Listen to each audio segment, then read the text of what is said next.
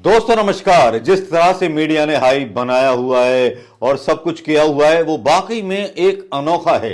जैसे कि विपक्षी पार्टियां राम मंदिर की विरोधी हो गई हों, लेकिन ये बात बताना भूल जाता है ये मीडिया कि राजीव गांधी ने ही राम मंदिर का ताला खुलवाया था। राम मंदिर का पूजन श्री स्वर्गीय राजीव गांधी ने किया था। इस बारे में बताना भूल जाते हैं और बस अपनी अपनी लगन में, अपनी अपनी प्यास और सत्ता की प्यास में भगवान राम का इस्तेमाल करना जिस तरह से भारतीय जनता पार्टी की, मोदी की सल्तनत ने किया है, शहंशाह आलम ने किया है, इतनी सियासत तो कोई मुसलमान अपने खुदा पे नहीं करेगा। जी हां, खुदा पे सियासत करना मना है और ये वो बेगुनाह लोगों की मौत है जिनकी लाश पर वो मंदिर बनाया जा रहा है, जिनके बारे में कोई जवाब आज तक नहीं दिया गया। आप सोच रहे होंगे मैं किन बेगुनाहों की बात कर रहा हूं। मैं उन बेगुनाह करुणा में मारे जाने वाले लोगों की बात कर रहा हूं जिनकी कद्र और जिनके बारे में कोई चिंता नहीं की मोदी सरकार ने। मैं उन लोगों के बारे में बात कर रहा हूं कि जो नोटबंदी की लाइन में लगे लगे मर गए। वो हिंदू थे या मुसलमान थे, इसका अनुपात अभी तक अंजना कश्यप, अर्णब गोस्वामी या किसी भी मीडिया ने या यूट्यूब के चैनल वाले, मीडिया वाले पत्रकारों ने नहीं डाला है। आज बात करनी इसलिए भी जरूरी है कि जिस तरह से संस्कृति को प्रदूषित किया जा रहा है सनातन धर्म की, वो वाकई में हैरान कर देने वाली है। लोग खुश हैं कि मोदी राम मंदिर बनवा रहा है, लेकिन लोगों को चिंता नहीं है कि उनके बच्चे बेरोजगार होकर तलवार या गन हाथ में उठाकर या केवल झंडा फहराने तक 500 रुपए की रोज की दिहाड़ी के मजदूर बन चुके हैं। यह सच किसी को गले उतरेगा नहीं। अगर कोई ये सच बताएगा तो लोग बोलने लगेंगे कि ये तो हिंदू विरोधी हैं, ये राम विरोधी हैं। लेकिन जब सनातन धर्म के गॉडफादर, प्रधानमंत्री से भी ऊंचे शंकराचार्य का अपमान होता है, तब थोड़ा लगता है कि ये सरकार अंधी हो चली है, विवेक खो चली है अपना। जी, विवेक खो चुके हैं मोदी, विवेक खो चुके हैं अमित शाह। बस सबको पड़ी है तो 2024 का लोकसभा चुनाव, क्या चुनाव जीतना इतना जरूरी है कि विपक्षी दलों को मतलब एक तरह से बदनाम कर दिया जाए, उनको राष्ट्र विरोधी करार दे दिया जाए या उनको देश से बाहर निकाल दिया जाए। मैं तो प्रधानमंत्री मोदी से मांग करता हूं कि जो नहीं आए उसको फांसी पे चढ़ा दो। आप ज्यादा अच्छा रहेगा, फांसी पे चढ़ जाएंगे ज्यादा अच्छा रहेगा, मिटाने का मौका मिल जाएगा। आर्मी को ऑर्डर दीजिए सारे विपक्ष को गोली से उड़ा दे, बस यही कह सकता हूं। क्योंकि ईवीएम पर जिस तरह की आवाजें उठ रही हैं वो बता रही हैं कि नीयत सरकार की ठीक नहीं है। और जब राम मंदिर की बात आती है और राम मंदिर पर जो रिएक्शंस आए मेरे दोस्तों के, एक दो नहीं बल्कि मतलब मेरे 100-150 दोस्तों ने फोन पर बात की और उन्होंने बोला कि जब मकान पूरा बन जाता है तब मुहूर्त होता है। लेकिन यहां तो जो 2 वर्ष बाद बनेगा मंदिर, उस पर पहले ही मुहूर्त किया जा रहा है। क्या यह शास्त्र संबंध बात है? स्कंद पुराण में क्या क्या लिखा है और क्या क्या नहीं लिखा, यह बात शंकराचार्य के मुख से खुद सुन लीजिए कि जहां पर शास्त्र की विधि से स्थापना नहीं होगी मूर्ति की, वहां विस्फोट हो जाएगा, व्यासपीठ से टकराने वाला चूर चूर हो जाएगा। सीधे मोदी जी को बोलते हैं, अगर तुम व्यासपीठ से, सनातन धर्म की व्यासपीठ शंकराचार्य से टकराओगे तो तुम चूर चूर हो जाओगे मोदी जी। शंकराचार्य जी की एक तरह से चेतावनी है उस शासक को जो शासक हमारे सनातन धर्म के शंकराचार्यों के अंडर में आता है। यूं तो शंकराचार्य कोई फतवा जारी नहीं करते कि आप बुर्का पहनो ना पहनो, आप नकाब लगाओ ना लगाओ, कि मुसलमान ये करें ना वो करें। कभी किसी भी शंकराचार्य का बयान इस तरह का नहीं आया जिस तरह के बयान बजरंग दल, संघ और भारतीय जनता पार्टी के आते रहे, जिन्होंने हमेशा सनातन धर्म के पीछे आड़ लेकर, भगवे ध्वज की आड़ लेकर हिंदुस्तान को बदनाम कर दिया। शंकराचार्य क्या कह रहे हैं निशिलानंद महाराज जी, जरा इनकी भी बात सुन लीजिए। इनका बयान भी बहुत ज्यादा चर्चित हुआ, जिसमें ये कहते हुए सुने गए कि मैं क्या फोटो खिंचवाने जाऊंगा। बयान सुन लीजिए महाराज जी का। उन्होंने आज इंटरव्यू दिया एक चैनल को, उसी चैनल के माध्यम से ये वीडियो प्राप्त हुआ सोशल मीडिया से, वो वीडियो मैं यहाँ डाल रहा हूँ दोस्तों। होने ऐसा है कि मेरा हृदय ऐसा नहीं कि वो निमंत्रण दे तो फूल जाऊं, निमंत्रण ना दे तो कुपित हो जाऊं। मैं छुई मुई नहीं हूँ, बहुत धैर्य है भगवत कृपा से।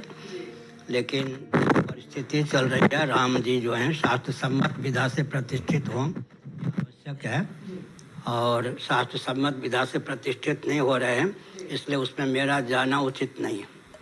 आपका जाना उचित नहीं है, आमंत्रण आ गया है। आमंत्रण आया है कि एक व्यक्ति के सहित आ सकते हैं जी। लेकिन आप उससे सहमत नहीं है।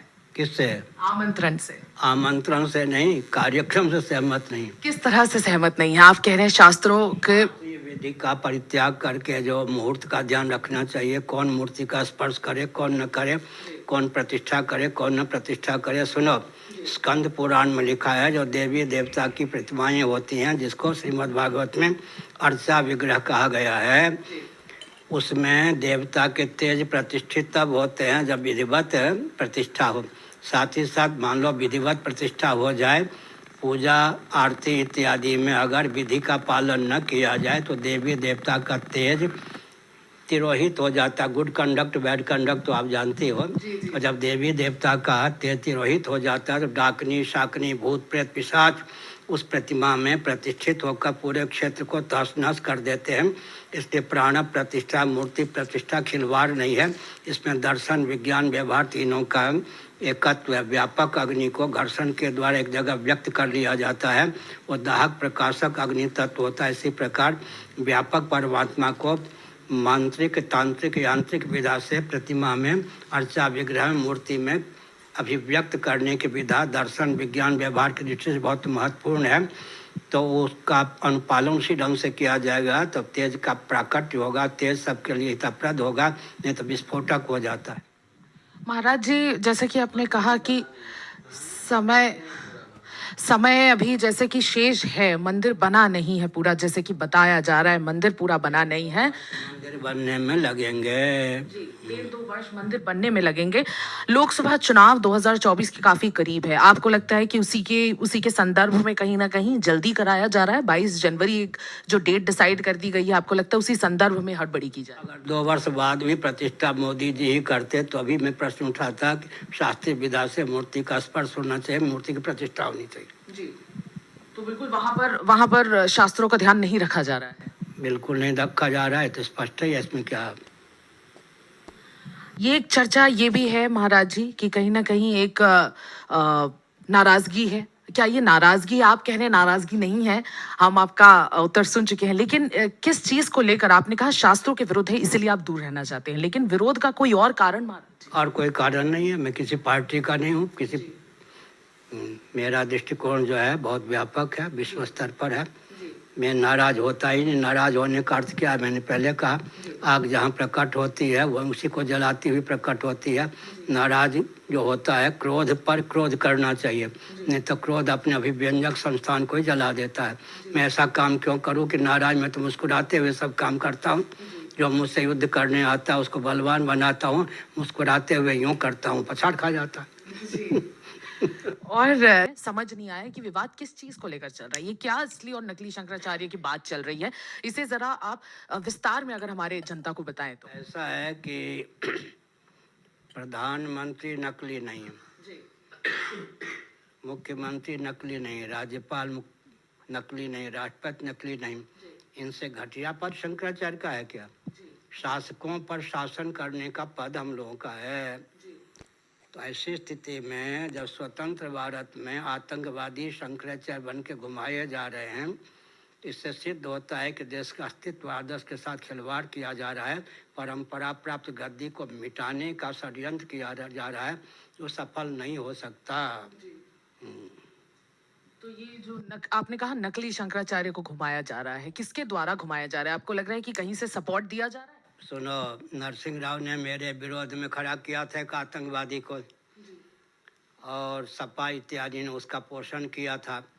अब जो है मोदी योगी उसको देश विदेश में पूरी का शंकराचार्य ख्यापित करके दोहरा रहे हैं।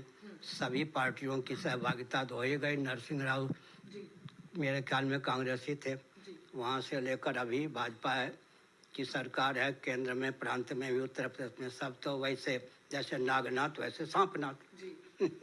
तो कहीं ना कहीं इसका जो रिजल्ट होगा, एक आउटकम होगा, वो अच्छा नहीं होगा। संभार होगा, उसके बाद जैसी संरचना होनी चाहिए होगी। व्यासपीठ के साथ जो टकराता है, चार खाने चूर चूर हो जाता। मैंने पहले कहा हिमालय, हिमालय पर जो मुष्टिका का प्रहार करता है उसकी मुट्ठी टूट जाती है, और आकाश को जो प्रहार करता मुट्ठी से आकाश को। ये वीडियो आपने देख लिया होगा, और इस वीडियो देखने के बाद अगर प्यास न बुझी हो तो एक और ऐसा वीडियो जो बताता है कि संतों की कितनी नाराजगी है और कितने संत जो है मोदी जी को मानते हैं और कितने संत शंकराचार्य को मानते हैं।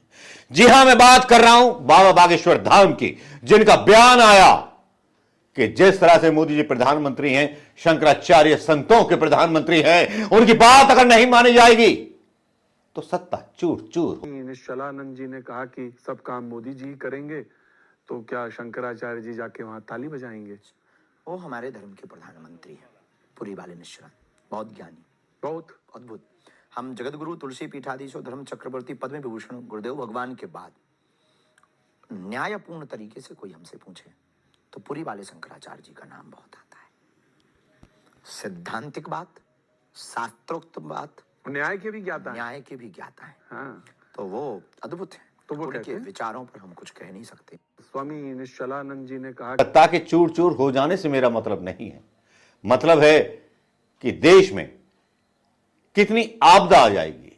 आप देखिए कि ऐलान हुआ नहीं है, शादियों की तारीखें इस साल में कहीं मिल नहीं रही, शुभ मुहूर्त इस साल में कहीं मिल नहीं रहे। पूछिएगा जरा पंडितों से, पूछिएगा सनातन धर्मी पंडितों से कि आप अगर हिंदू हैं तो आपकी बेटे के सगाई का मुहूर्त कब निकल रहा है, कितनी जगह पर शादी का मुहूर्त निकल रहा है और सगाई का मुहूर्त निकल रहा है। जरा आपको पता चल जाए तो बता दीजिएगा। यही विज्ञान जिसके बारे में बोला शंकराचार्य जी ने, जो आपने सुना होगा, समझ में आ जाए। धर्म बहुत गूढ़ विषय है, और जिस गूढ़ विषय को राजनीति का साधन बना लिया जाता है, तब वो गूढ़ विषय राजनीति के अनुसार तो जरूर चलेगा, लेकिन जाने अनजाने देश का ही नुकसान कर देगा। दोस्तों, क्या आप मेरी बातों से, शंकराचार्य की बातों से सहमत हैं? अगर सहमत हैं तो इस वीडियो पर अपने कमेंट्स, अपने लाइक्स, अपने विचार जरूर दीजिएगा दोस्तों, और शेयर कीजिएगा इस वीडियो को ज्यादा से ज्यादा।